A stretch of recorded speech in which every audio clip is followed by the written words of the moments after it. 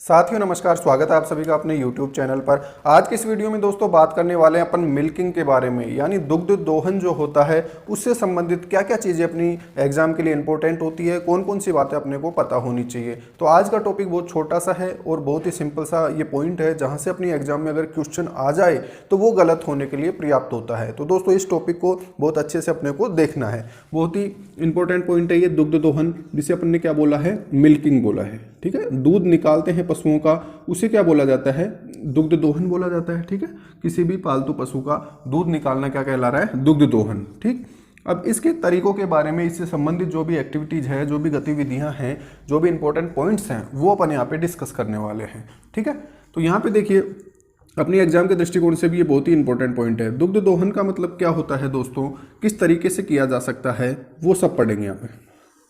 सबसे पहले देखिए, जो मिल्किंग है, दुग्ध दोहन है, वो दो तरीके से किया जाता है। एक होता है हैंड मिल्किंग, यानी हाथ से, हैंड मिल्किंग बोलेंगे इसको, और एक बोलेंगे मशीन मिल्किंग। दूसरा पॉइंट क्या लेंगे अपन इसमें, मशीन मिल्किंग,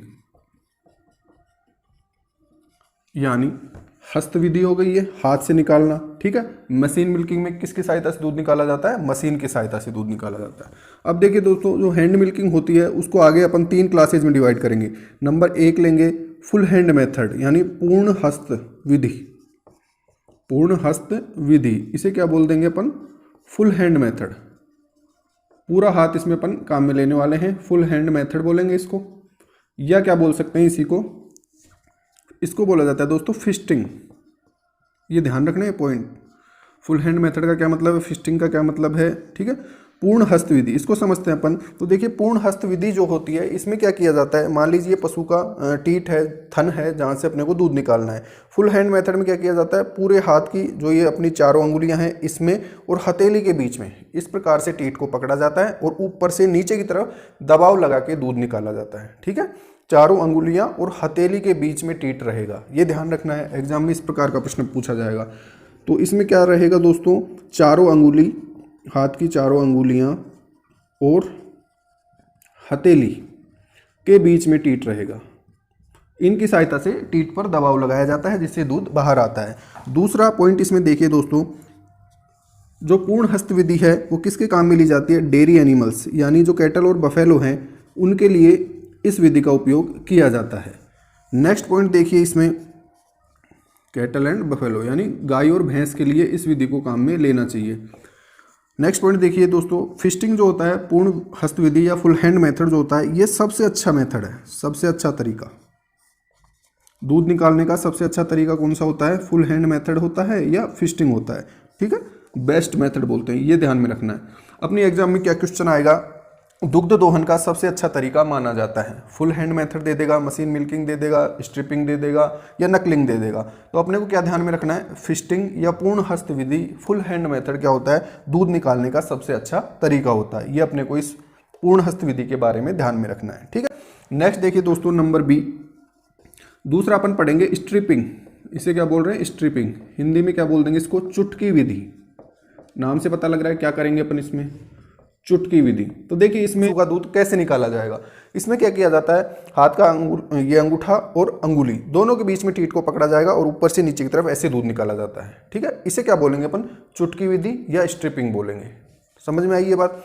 क्या किया इसमें अपन ने, अग्र अंगुली, यानी एक तो अंगुली लेंगे, पहले नंबर की अंगुली और अंगूठे के सहायता से दूध निकालते हैं, अंगूठे की सहायता से दूध निकाला जाता है। ठीक है, नेक्स्ट देखिए, ये जो मेथड है, चुटकी विधि है, ये किसके काम में लेते हैं, छोटे थनों वाले पशुओं के लिए, छोटे थन वाले पशु के लिए, जैसे भेड़ बकरी के लिए काम में ले सकते हैं अपन। ठीक है, नेक्स्ट देखिए दोस्तों, इसमें अगला पॉइंट इसमें क्या ध्यान में रखना है कि ये जो विधि होती है, इसको रेजिडुअल मिल्क को निकालने के काम में ली जाती है। अब ये क्या बात बोली मैंने, मान लीजिए अपन ने गाय का दूध निकाला, दूध निकालने के बाद थोड़ा दूध उसके थनों में रह जाता है, शेष रह जाता है। तो जो शेष रहा हुआ दूध है उसको निकालने के लिए किस विधि को काम में लेंगे, चुटकी विधि को। ठीक है, दूध कैसे निकालना है अपने को, फिस्टिंग से निकालना है, पूर्ण हस्त विधि से निकालना है, क्योंकि ये सबसे अच्छा तरीका माना जाता है। परंतु इससे निकालने के बाद में लास्ट में थोड़ा सा दूध रह जाएगा, उस दूध को निकालने के लिए किस विधि को काम में लेंगे, चुटकी विधि को काम में लेंगे। तो ये पॉइंट अपने को ध्यान में रखना है, ये अपने एग्जाम में पूछा जा सकता है। नंबर तीसरा जो पॉइंट है, क्या पढ़ रहे हैं अपन, हैंड मिल्किंग पढ़ रहे हैं। ठीक है, हैंड मिल्किंग का तीसरा जो मेथड होता है, तीसरा जो तरीका होता है, ये होता है दोस्तों नकलिंग। नकलिंग, या इसको क्या बोल सकते हैं अपन, अंगूठा विधि।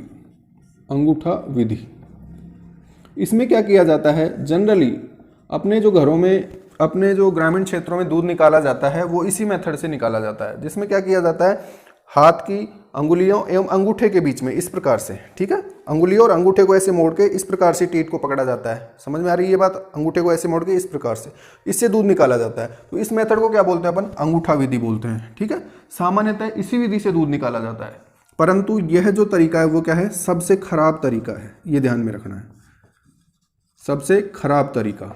तो दूध निकालने का सबसे खराब तरीका कौन सा होता है, अंगूठा विधि या नकलिंग मेथड होता है, ठीक है। ये अपने को ध्यान में रखना है। क्यों होता है ये खराब, क्योंकि अंगूठे से जब प्रेशर लगाया जाता है थन के ऊपर तो वहाँ पे गांठे बनने की संभावना रहती है, ठीक है, और जानवर को पेन भी हो सकता है, ठीक है, गांठ बनने की संभावना रहती है। तो ये पढ़ा दोस्तों अपन ने हैंड मिल्किंग।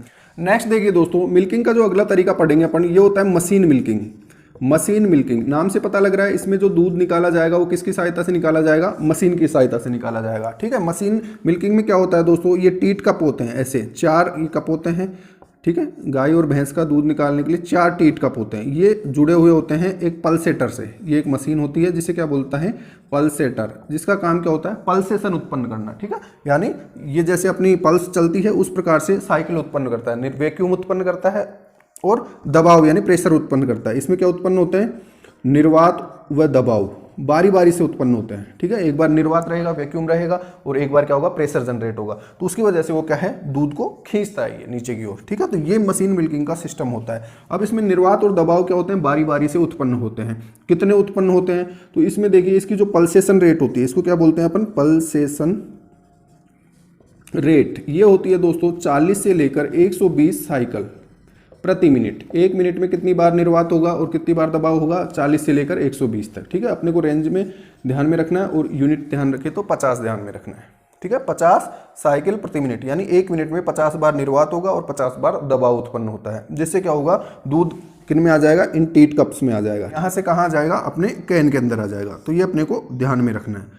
ये क्या हो गया दोस्तों, मशीन मिल्किंग का मेथड हो गया, जिसमें क्या किया जाता है, टीट्स को इन टीट कप में डाला जाता है। यहाँ पे पल्सेटर होता है जो पल्सेशन उत्पन्न करता है। पल्सेशन रेट क्या होती है, 40 से 120 पर मिनट होता है, ठीक है। ये अपने को ध्यान में रखना है। देखिए दोस्तों, मिल्किंग से रिलेटेड कुछ छोटे छोटे पॉइंट्स हैं, वो अपने को ध्यान में रखने हैं, जहाँ से अपने एग्जाम में क्वेश्चन पूछे जा सकते हैं। सबसे इंपॉर्टेंट पॉइंट यहाँ पे आता है दोस्तों कि जो मिल्किंग है, हैंड मिल्किंग, हाथ से जो दूध निकालने की प्रक्रिया है, इसमें कितना समय लगना चाहिए, ये अपने एग्जाम में क्वेश्चन आता है, ठीक है। तो इसका आंसर अपने को क्या करना होता है, 5 से 7 मिनट का समय लगना चाहिए, ठीक है। गाय के लिए दूध निकालने में कितना समय लगना चाहिए, 5 से 7 मिनट का समय लगना चाहिए। ऐसा क्यों है दोस्तों, तो देखिए, जैसे ही गाय का अपन दूध निकालते हैं, उसके थनों को धोते हैं, गाय के पास दूध निकालने के लिए बैठते हैं पशु के पास, तो उसके शरीर में क्या होता है, ऑक्सीटोसिन हार्मोन रिलीज होता है। ऑक्सीटोसिन, ये याद रखना है हार्मोन का नाम भी, ठीक है। इसको क्या बोलते हैं, मिल्क लेट डाउन हार्मोन।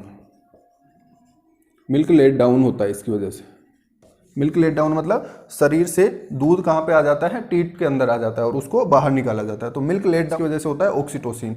और ये हार्मोन कितने समय तक इफेक्टिव रहता है शरीर के अंदर, 5 से 7 मिनट तक ये इफेक्टिव रहता है। तब तक अपने को पूरा दूध निकालना होता है। अगर दूध नहीं निकालेंगे तो कई बार बोलते हैं ना, जानवर ने दूध वापस चढ़ा लिया। उसका रीजन क्या होता है, मिल्किंग में समय ज़्यादा लग गया, ऑक्सीटोसिन हार्मोन शरीर से वापस कम हो गया, जिसकी वजह से दूध बाहर नहीं आ पाता, ठीक है। तो मिल्किंग में कितना समय लगता है, 5 से 7 मिनट, ये अपने को याद रखना है। ऑक्सीटोसिन हार्मोन का नाम याद रखना है इसमें। और देखिए दोस्तों, यहाँ पे एक क्वेश्चन ये भी आता है कि जो गाय है उसके 4 क्वार्टर, गाय में थनों की संख्या कितनी है, गाय में थन कितने होते हैं, 4 होते हैं, ठीक है। ये 2 आगे की तरफ मान लिए और 2 पीछे वाले हो गए, ठीक है। ये आगे वाले, ये पीछे वाले, ये ऐसे मान लीजिए इसका अयन है, जिसे अपन अडर बोलते हैं, अयन, ठीक है। इसमें 4 थन हो गए, आगे वाले 2, पीछे वाले 2। आगे वाले 2 को क्या बोलेंगे, 4 क्वार्टर, और इनको क्या बोलेंगे, हाइंड क्वार्टर, ठीक है। 4 क्वार्टर, हाइंड क्वार्टर। तो इनमें कितना कितना दूध होता है, तो इनमें क्या रेशो होता है दोस्तों, 40:60 का अनुपात होता है दूध की मात्रा में, ठीक है। गाय, जैसे मान लीजिए गाय का मुंह इधर है, गाय खड़ी है, तो गाय के आगे वाले 2 थन और पीछे वाले 2 थन, आगे वाले थन से कितना दूध आएगा, पीछे वाले थन से कितना दूध आएगा, तो इससे 40% आएगा, और पीछे वाले दोनों से कितना आएगा, 60% आएगा। ये क्वेश्चन अपनी एग्जाम में बार बार पूछा जाता है, इसको अपने को ध्यान में रखना है। कितना अनुपात होता है, 40:60 होता है।